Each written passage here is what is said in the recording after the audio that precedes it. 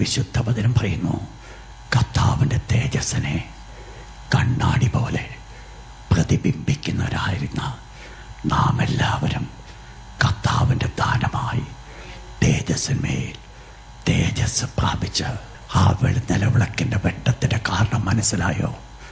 നിലവിളക്കിൻ്റെ വെട്ടമല്ല, പിന്നെയോ ഇപ്പത്തൊരുവനുണ്ട്. ആ വെട്ടമാ നിലവിളക്കിൽ കൂടെ വെളിപ്പെടുന്നത്. ആ നിലവിളക്കെന്ന് പറയുന്നത് 7 സഭകളാ. സഭകളെന്ന് പറയുന്നത് ഞാനും നിങ്ങളുമാ. ഒന്ന് ഞാൻ ഓർപ്പിക്കട്ടെ, അവൻ പൊസിഷനായിരിക്കുന്നത് എൻ്റെയും നിങ്ങളുടെയും നടുവില. എൻ്റെ യേശുവായിരിക്കുന്നത്. ഇന്ന് പകൽക്കാലം അറിയുക, കർത്താവിനെ അറിയുക. ഞാനോ ലോകാവസാനത്തോളം എല്ലാ നാളും നിങ്ങളോട് കൂടെയുണ്ട്.